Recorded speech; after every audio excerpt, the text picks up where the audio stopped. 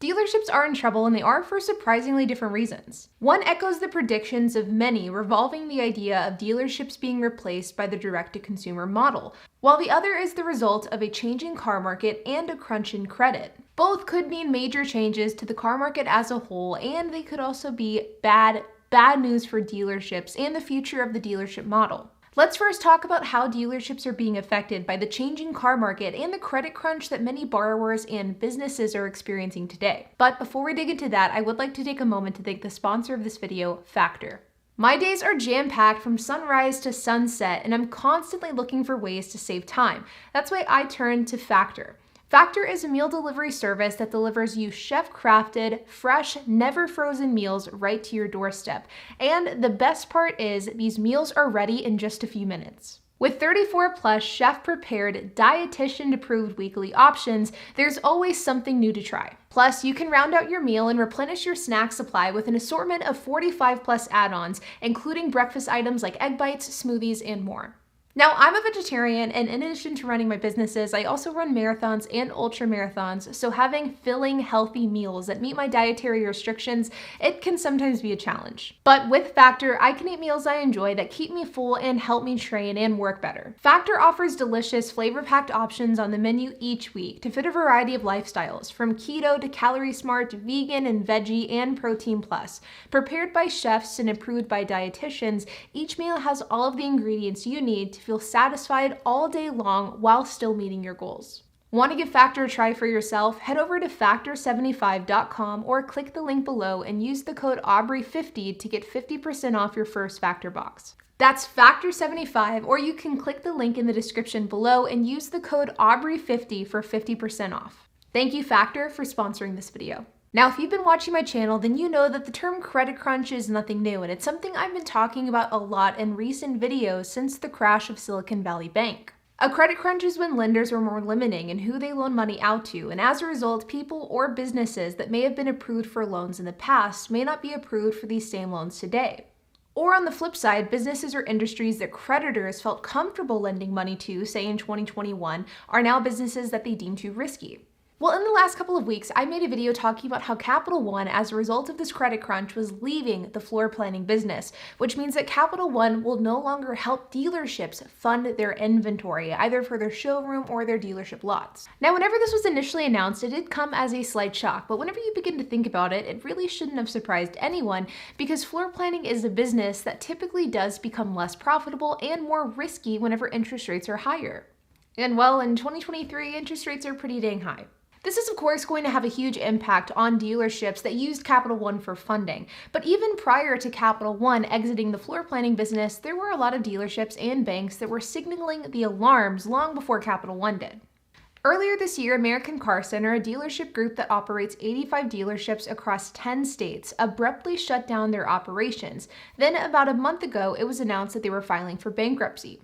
Initially, the closing of this business came as a huge surprise to not only the customers, but also the employees of American Car Center. And initially, it wasn't really clear exactly why the business had to close. But once the bankruptcy was filed and once the filing was released, it became very clear very quickly that debt was the main driver behind the business closing. And now, as we sit here today, American Car Center is looking to liquidate their inventory for anywhere between $50 to $100 million, and they're wanting to use those funds in order to pay back their creditors, which they have over 1,000 of. And it does look as though, as of right now, the debt and financial situation is going to be facilitated and bought out by a third-party financial services company. Again, this was last month, back in March. Then just last week, US Auto Sales announced that they would be closing their dealership locations, and this is a direct result of the credit crunch. Among this closing, US Auto Sales closed 39 of their locations indefinitely. Now, US Auto Sales has a reputation of providing vehicles and financing solutions to really any type of borrower, regardless of their creditworthiness and borrower history. So think subprime borrowers, otherwise known as one of the riskier subsets of borrowers. And the business model that US Auto Sales typically practices is sort of the loan aggregator business model. This is something that is very common amongst dealerships, and Carvana has been doing it for years. Basically, the idea of this type of business model is that a dealership will sell cars to their customers. They will provide financing for these vehicles, but rather than holding on to all of this debt and all of this risk for their customers, they will basically accumulate all of this debt together and then sell it off to a debt investor. This is something known as securitization, and it's something that is not uncommon in the auto industry, and it became more and more popular in 2021 whenever car prices were sky high. US Auto Sales' most recent debt sale was back in June of 2022, where they sold $233 million worth of auto loan debt. But this debt that gets sold to debt investors in the form of a securitized bond gets more and more risky as borrowers and car buyers end up defaulting on their auto loans more and more. And that is exactly what's currently happening. And banks are taking notice, and so are dealerships. Now, not only are dealerships having problems financing their inventory that they need in order to sell cars, but they are also having problems selling off their debt, which is something that most large dealership groups have to do in order to offload risk and remain liquid. The point is, dealerships, especially small non-franchise ones, are being squeezed from both ends. They can't buy inventory because of floor planning issues, and whenever they do, the dollar just simply doesn't go as far as it once did.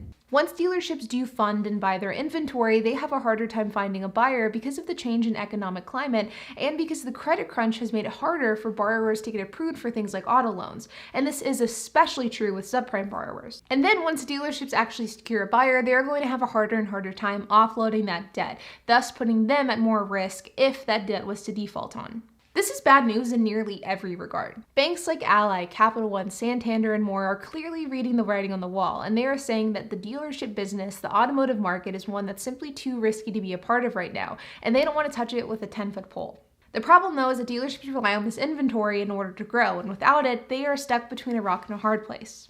But now let's pivot the discussion to the problem that actually isn't plaguing independent dealerships as much as it's plaguing franchise dealerships specifically. And that is the direct-to-consumer model. The direct-to-consumer model has been something that the auto industry has been speculating about for years now, otherwise known as the Tesla model, where you don't go to a dealership to buy a car. Instead, you go onto the dealership website, spec your car, arrange financing, and get the car delivered to you, all facilitated from the comfort of your home. But because of franchise law and the power of the dealership, the Tesla business model was something that other more mainstream automakers simply couldn't practice. That was until EVs started to become more mainstream. Automakers are using EVs as a way to transition from their traditional dealership model to a more direct-to-consumer model. And as a result of this direct-to-consumer model, paired with COVID-19 creating a new normal, there will be a lot of dealerships that shrink in size and others that just simply disappear entirely. The most recent automaker to publicly embrace this is Lincoln, with Lincoln stating that as the brand shifts to EVs and as they embrace their luxury brand, their dealership count may be cut in half. And Lincoln certainly isn't the only automaker that has hinted or explicitly stated an intent to shift to this business model. So on one hand, we have automakers that are straying away from the dealership model because they're wanting to transition to a more direct-to-consumer model. And then on the other hand, you have independent dealerships that can't secure financing, they can't sell off their debt, and thus they're in a really tough spot. The fact is, regardless of which lens you look at it through, and regardless of what business model you're looking at, whether franchised or independent dealerships, neither of them look good given the current economic climate and what's currently going on with the automotive market. And while I certainly cannot tell the future, I would be willing to bet that if 2023 continues as it's played out so far this year, I would bet that the rest of the year will be extremely tough for dealerships, both franchised and independent. And I think there is a high likelihood that automakers will continue to pivot to this direct-to-consumer model, and banks will continue to push back on debt deals and floor planning. And this, no matter which way you slice it, is terrible news for a dealership. But like always, you guys, I hope that you enjoyed this video. If you have any questions, comments, if you have anything to add, I would love to hear it, so make sure to leave a comment down below. And while you guys are at it, make sure to hit the like button, hit that subscribe button, and hit that notification bell, and I will see you guys in the next video.